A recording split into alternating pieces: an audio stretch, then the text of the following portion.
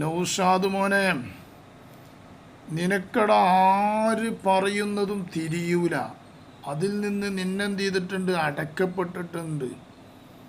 അത് നിൻ്റെ ചെവികളും നിൻ്റെ കണ്ണുകളും എല്ലാം അടക്കപ്പെട്ടിട്ടുണ്ട്. അതുകൊണ്ട് നിനക്ക് പെട്ടെന്ന് ആര് പറഞ്ഞാലും മനസ്സിലാവൂല. ഇൻഷാ അല്ലാഹ് ഹക്കീം അസ്ഹരി പറയുന്ന ഒരു വിഷയം അവൻ എടുത്തിട്ട് ഉദ്ധരിക്കുന്നുണ്ട്. ഏതായാലും ഹക്കീം അസ്ഹരി ഒന്ന് പറയട്ടെ. എന്താണ് ചെയ്യേണ്ടത്? നമുക്ക് കാണിച്ചു തന്നിട്ടുള്ളത് ലാഹിറായ ലോകത്തുള്ള ദീനിന്റെ പ്രവർത്തനങ്ങളുമായി ബന്ധപ്പെട്ടുകൊണ്ട് പ്രവർത്തിക്കാനാണ്. നമ്മളെല്ലാവരും ഔലിയ നോക്കിയാൽ നടക്കൂല. ഹക്കീം അസ്ഹരി കൃത്യമായിട്ട് പറയുന്നുണ്ട് കേട്ടോ.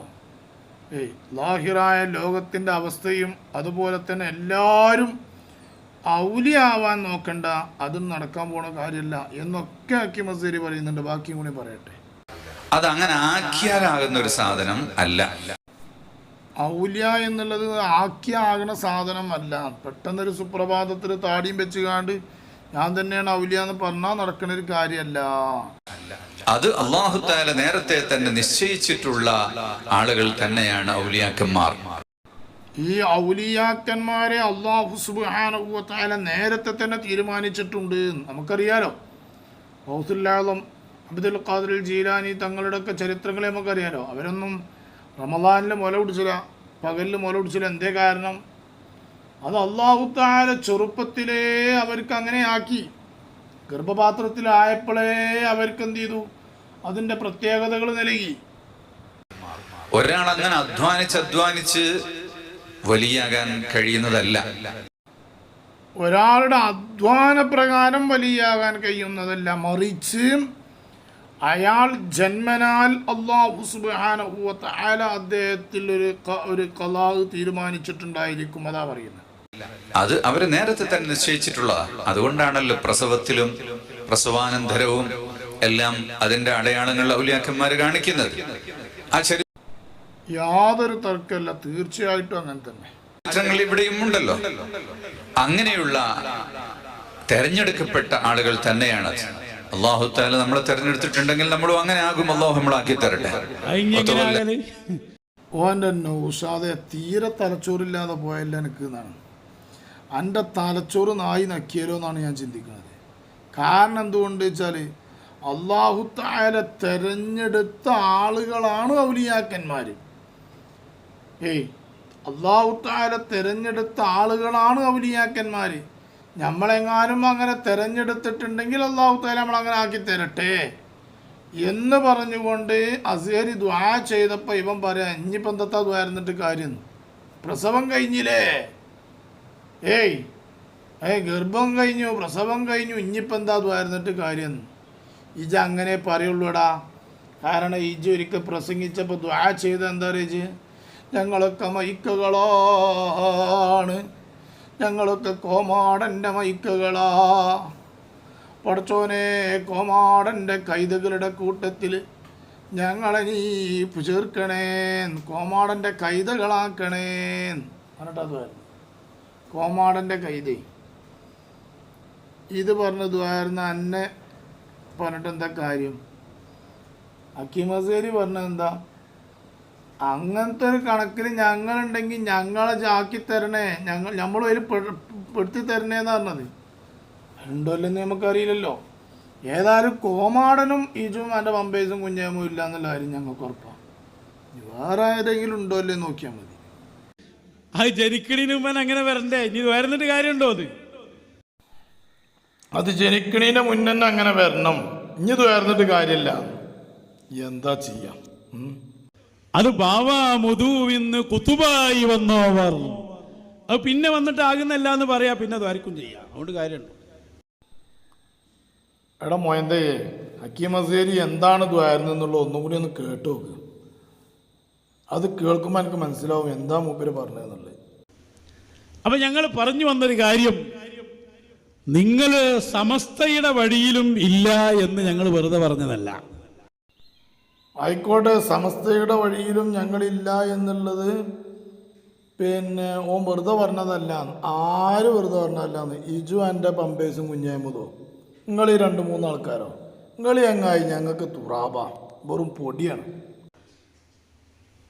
കെ ഉസ്താദ് ഇവിടെ പഠിപ്പിച്ച മശായിഖിന്റെ ഒരു വഴിയുണ്ട്.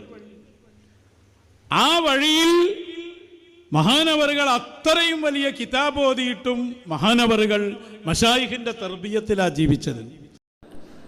ഉറപ്പല്ലേ ശംസുൽ ഉലമ മശായിഖന്മാരുടെ തർബിയത്തിൽ തന്നെ ജീവിച്ചിട്ടുള്ളത്? മാത്രമല്ല ശംസുൽ ഉലമ ഷെയ്ഖ് തന്നെയാണ് താനും. ശംസുൽ ഉലമ തന്നെ ഒരു ഷെയ്ഖാണ്. സഈദ് സിറാജുദ്ദീനുൽ ഖാദിരി, ഷെയ്ഖുൽ മശായിഖ്, ഷെയ്ഖ് മടവൂർ, ഈ മഹാന്മാരുടെ തർബിയത്തിൽ ജീവിച്ച ഷെയ്ഖുന ശംസുൽ ഉലമ. ആ ശംസുൽ ഉലമന്റെ വഴിയിലിങ്ങളില്ല എന്നുള്ളത് വ്യക്തല്ലേ? അനക്കുന്നൊരു വർത്താനം കേൾക്കണം. ആ ശംസുൽ ഉലമയുടെ വഴിയിൽ ഞങ്ങളില്ല, അത് വ്യക്താണ്, അത് ഉറപ്പാ. ആ ശംസുൽ ഉലമയുടെ വഴിയിൽ ഞങ്ങളില്ല. ആ ശംസുൽ ഉലമയുടെ വഴി ഇജ്ജന്നെ പിടിച്ചോ, അത് അനക്കാൻ നല്ലത്. അത് ആ വഴിയിൽ ഞങ്ങൾ ആരുമില്ല. അത് AP വിഭാഗക്കാരുമില്ല, EK വിഭാഗക്കാരുമില്ല. ഇജ് പറയപ്പെട്ട ആ ശംസുൽ ഉലമയുടെ വഴിയിൽ ഞങ്ങൾ ആരുമില്ല. അത് മനസ്സിലായിക്കോ. ഇജ് പറയപ്പെട്ട എന്താ പറയപ്പെട്ട എന്താ മഹാനായ മടവൂർ CM വലിയുള്ളാഹിയുടെ തർബിയത്തിൽ ജീവിച്ച ശംസുൽ ഉലമ എന്നാണ്. ആര്?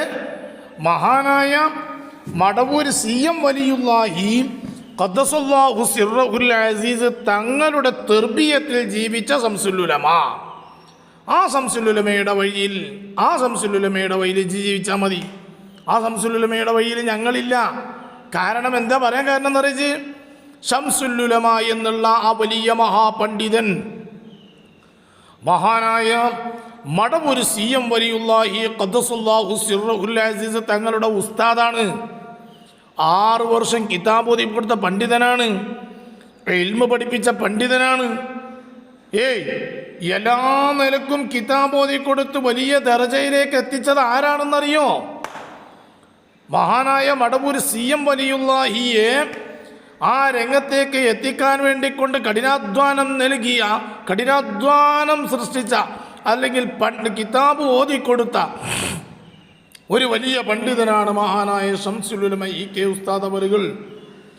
ആ EK ഉസ്താദ് പിന്നെ ശംസുൽ ഉലമന്റെ ആ EK ഉസ്താദ് മടവൂർ ശൈഖുനാന്റെ തർബിയത്തിൽ ജീവിച്ചു എന്നാണ് പറഞ്ഞത്. അപ്പൊ എൻ്റെ ധാരണയിൽ എന്ത് വേണമെന്നറിയിപ്പിച്ച് ഇപ്പൊ ഈ പറഞ്ഞ അടിസ്ഥാനത്തിൽ എൻ്റെ തർബിയത്തിൽ പോണ ആര്? ഈ സുലൈമാൻ ഉസ്താദ്.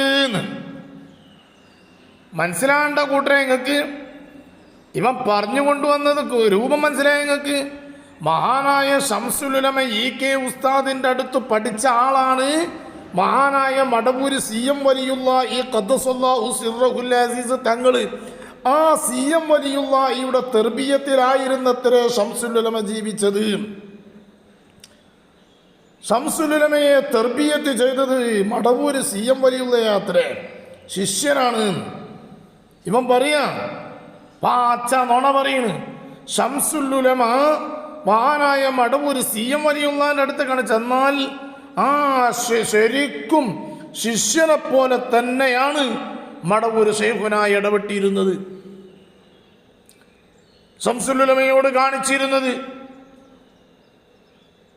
ശംസുൽ ഉലമയോടുള്ള പെരുമാറ്റം അത് ശിഷ്യനും ഉസ്താദും എന്നുള്ള നിലക്ക് മഹാനായ ശംസുൽ ഉലമക്ക് കൊടുക്കേണ്ട ദറജ കൊടുത്തിട്ട് തന്നെയാണ് മഹാനായ മടവൂർ CM വലിയുള്ളാഹി ജീവിച്ചത്. ഒരിക്കലും CM വലിയുള്ളാഹിനെ കുറ്റപ്പെടുത്തത് നൗഷാദേ, CM വലിയുള്ളാഹിനെ കുറ്റപ്പെടുത്തത് മോശാക്കല്ലേ. CM വലിയുള്ള മടവൂ പിന്നെ ശംസുൽ ഉലമയെ നിയന്ത്രിച്ചു എന്ന് പറഞ്ഞുകൊണ്ട് കുറ്റപ്പെടുത്തിയാണ്ട് പറയല്ലേ. ഇപ്പൊ പറഞ്ഞു വരുന്നത് എന്താന്ന് ഞങ്ങൾക്ക് മനസ്സിലാകുന്നുണ്ട്. അനക്ക് സുലൈമാൻ ഉസ്താദിനൊന്ന് തെർബിയത്ത് ചെയ്യണല്ലേ, അത് തന്നെ കെട്ടിയോളെ പോയി തെർബിയത്ത് ചെയ്തോ. മഹാനായ സുലൈമാൻ ഉസ്താദിൻ്റെ അടുത്ത് എൻ്റെ കോമാളിത്തരേറ്റ് വരണ്ട, അത് ഞങ്ങളോട് സമ്മതിക്കൂല. പോയി പണി നോക്കാൻ നോക്ക്.